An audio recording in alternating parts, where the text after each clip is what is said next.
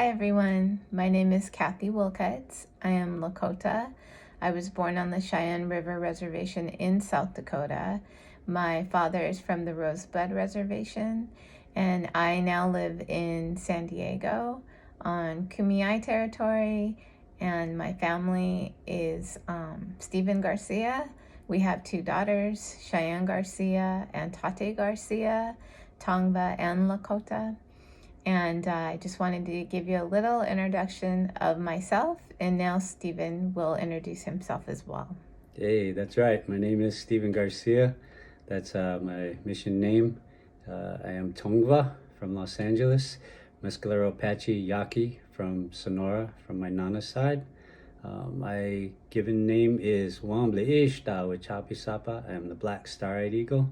I was born in Camp Pendleton, Oceanside, California, but I was raised in Honolulu, Hawaii, and moved back here when I was 18.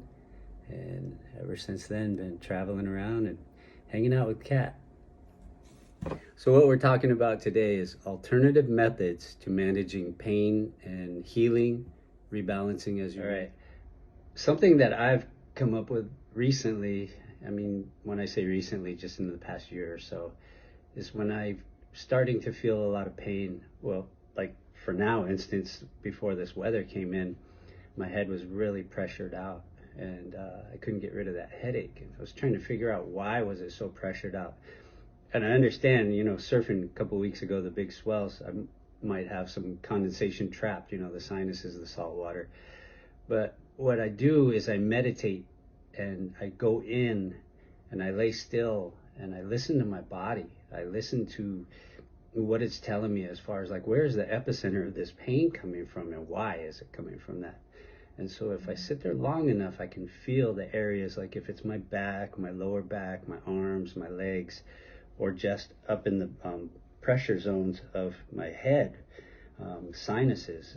A lot of times, a lot of surfers will tell you the sinuses, cause that pressure when it's built up salt water in your head. And so like today, I sat there and really thought about it, and a few pressure points, and just realizing that the clouds and that the pressure was coming really actually helped manage it and alleviate it. And so I went outside and breathed deep that cold air, and it's actually feeling a lot better right now.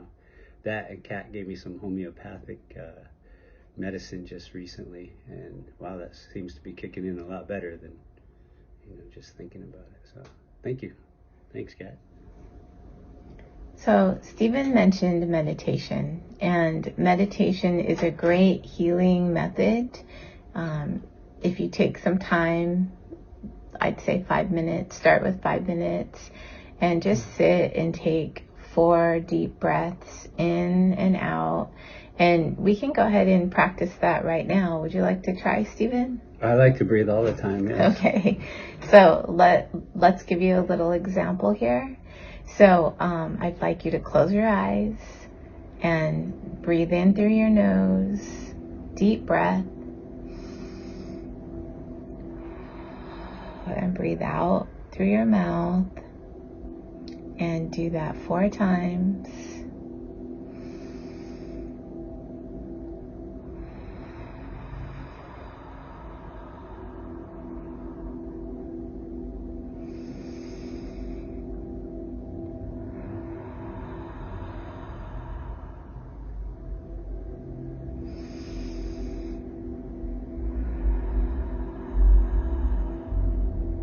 When you do that, when you take 4 deep breaths in through your nose and out of your mouth, it brings you to center.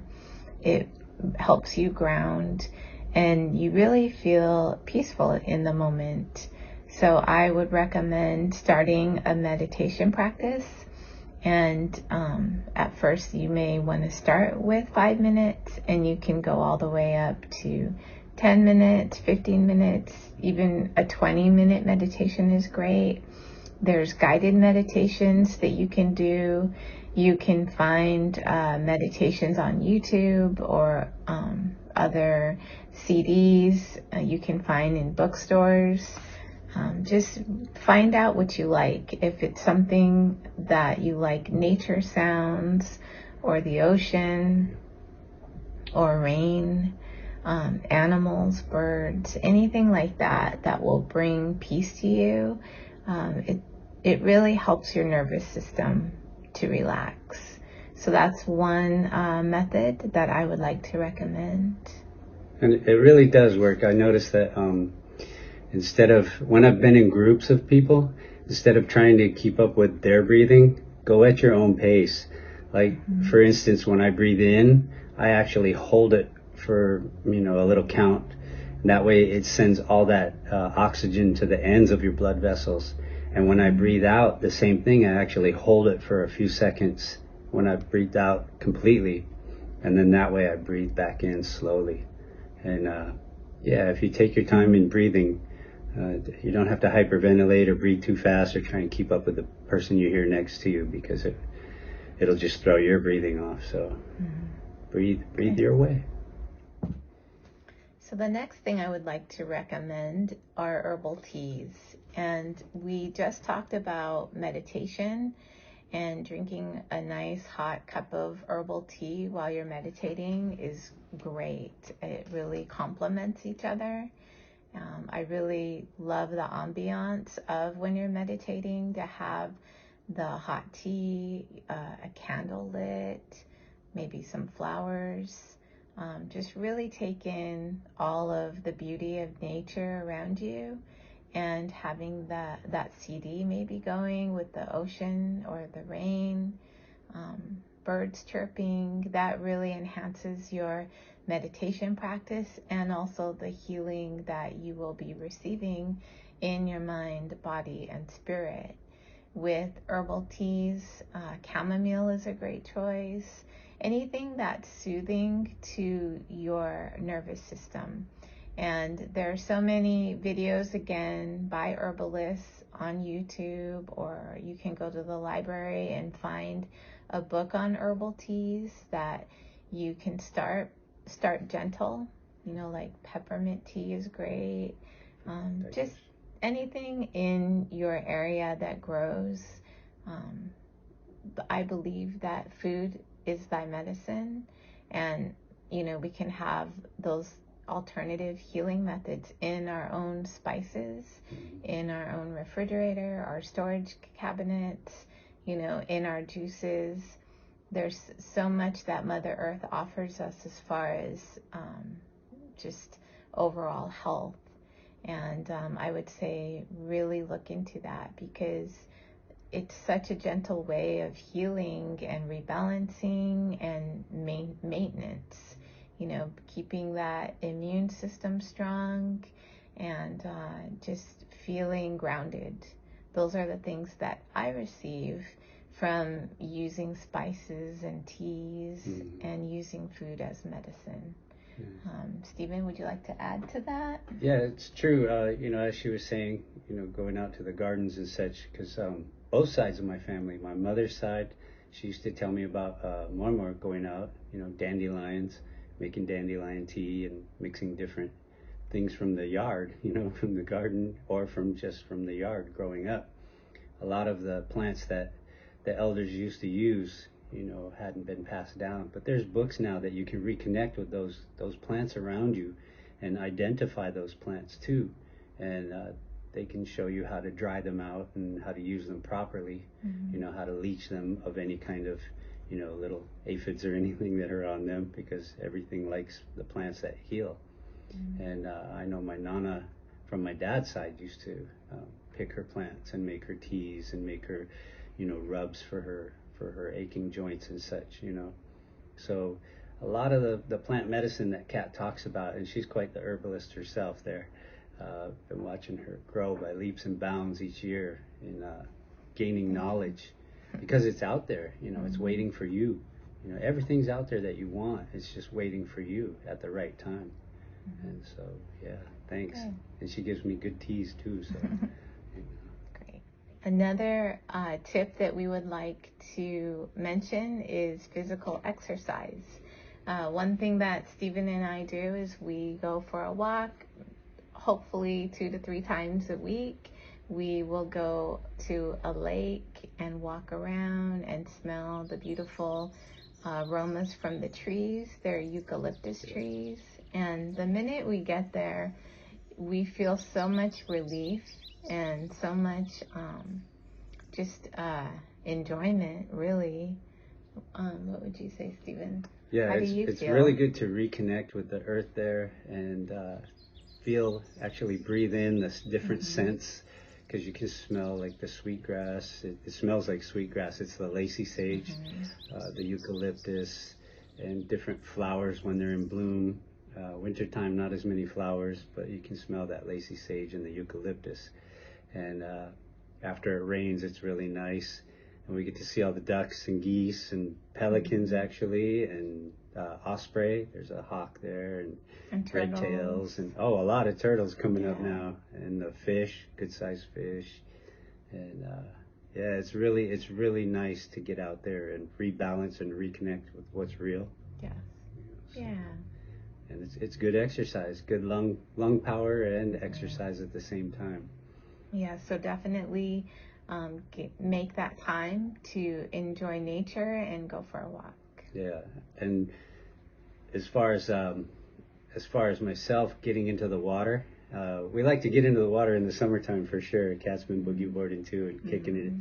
And wintertime though, I have to throw on the wetsuit, and we just received some big swells. But when it rains like this, I don't go out for at least 3 days after the rains because of what washes through. And yeah, surfing's really good, cardiovascular, full body, and spiritual, getting into the ocean. Thank you. So the next thing I would like to talk about is water. And we all know how sacred water is. In my tribe, we say Mini Wichoni.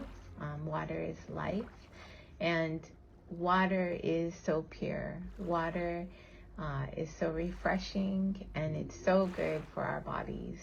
And if we could drink the recommended amount that they tell us to I believe it's 6 to 8 glasses a day, we would feel so good. And it keeps our body healthy. It detoxes our body. Anything that we've eaten or anything that's in our body, it just helps flush it out. So water is so important. And when we drink our water, we could even set our intentions. We can say our prayers and then drink that water. And, that's medicine. It really is. Our intentions and our prayers into the water is a sacred vibration. And when we take that in, our body receives that prayer. And Stephen, would you like to add to that? True. Even thinking about, because somebody asked me, they said, "Are you really born in 1960?" I said, "Yes, I was." They asked me what I do, and I tell them, I drink a lot of juice as well as a lot of water. And if you think about it, those plants that we make our juice out of, they drank a lot of water. Otherwise they wouldn't be there. So like orange juice, lemon juice, grapefruits, apples, peaches, plums, you name it, gooseberries. But as far as drinking the water, even getting in that water, in Tongva we say mamot, and that means either the lake or the ocean. And this is, we're 70%. We were very fortunate to meet Dr. Masumiro Emoto. Got to dance for him, do the eagle dance. And when he passed, we got to go to his full moon ceremony at the beach. And it was a beautiful send-off. He's a doctor that wrote about water and the research on water crystals, and how when you set an intention, the water receives it, and there's proof about that because he wrote about it. True. Yeah. Another healing method we would like to talk about are crystals and stones. For myself, I wear different crystals in my bracelets, my necklaces, my earrings, because all the different stones come from Mother Earth, and they all have different vibrations and healing qualities to them. So it just depends on how I'm feeling. Like if I feel like I want a little bit more love, I'll put on some rose quartz because they say rose quartz is good for unconditional love. There's certain stones that help with protection, like abalone shells or the pink shells that you see many dancers wear. A lot of times people wear these stones or crystals for just extra love or extra emotional support. They're very healing. What would you say about that, Steven? Yeah, true. It's a lot of the elders, ancestors, people talk about crystals and such like that, and nothing against it, but people say, oh, that's new age. And I said, no, it's very old age. I said, they're just catching up with what we're doing. As far as the quartz crystals and such, most natives, you'll ask them, oh, you got stones? And they say, yeah, they're either in a pouch that they're hiding from somebody or in their pockets or in their jacket pockets. But we carry our stones with us, and in case of, times when we need them, they absorb what's going on around us. One of my elders, one of the medicine men, used to have a very large one in his bundle. And so, yeah, have you ever been walking or hiking and you see a stone that just calls to you, or like even out in the ocean, we'll find the abalone shells that have been broken up, or the conch shells that she was talking about, the pink shells. So seashells and stones and crystals, they call to you because they resonate something that you need to utilize them for. They all have their different properties. When she said the rose quartz, that's funny because that is, when you look in books, South Dakota's state stone. You know how states have a flower, a stone, a bird, an animal. South Dakota stone is the rose quartz. And we've actually found big ones out there too. Yeah, so. I like to wear it because it's also a connection to our sacred territories and my homeland. So I feel like I'm connected to my home and my roots when I wear rose quartz. Yeah, it's like Apache tears. We use those too. So. Okay. So the next topic we'd like to talk about is dancing, traditional dancing, and really any type of dancing that brings you joy and gives you some exercise is good. Steven and I both were fancy dancers as children. When we were young, in my 20s, I was a jingle dress dancer. And from there, I went into traditional dancing, northern traditional dancing. You can do it for not only your physical health, but emotional health, your spiritual health. There are many ceremonies connected to dancing. True. And dancing is very healing for our mind, body, and spirit, and especially for our heart, and to connect us with our tribe and our community. Yeah, exactly what you're saying. And, as far as dancing, a lot of people, they tell me, how do you stay so healthy? And I said, it's our dancing. And whether I'm dancing on the water or dancing at a powwow, or, we used to dance, go out to a disco once in a while and dance out there. And it is, movement is the defier of age, is what I tell people. I don't care how fast you move. And, because as I said, I'm 60 now, and I get out there in traditional dance. When I was younger, I was a fancy dancer. But yeah, it's movement is everything. And so that's why we dance. We dance because our hearts want us to dance. Yes, so we both encourage you to find your favorite dance and go for it. Yeah. And just really enjoy dancing. My favorite dance is the round dance. And I love this dance because it symbolizes unity and dancing together in a circle. And I really like the drum beat of a round dance. True. Yeah, thank you. So as all the announcers out there say, dancers, dance your style.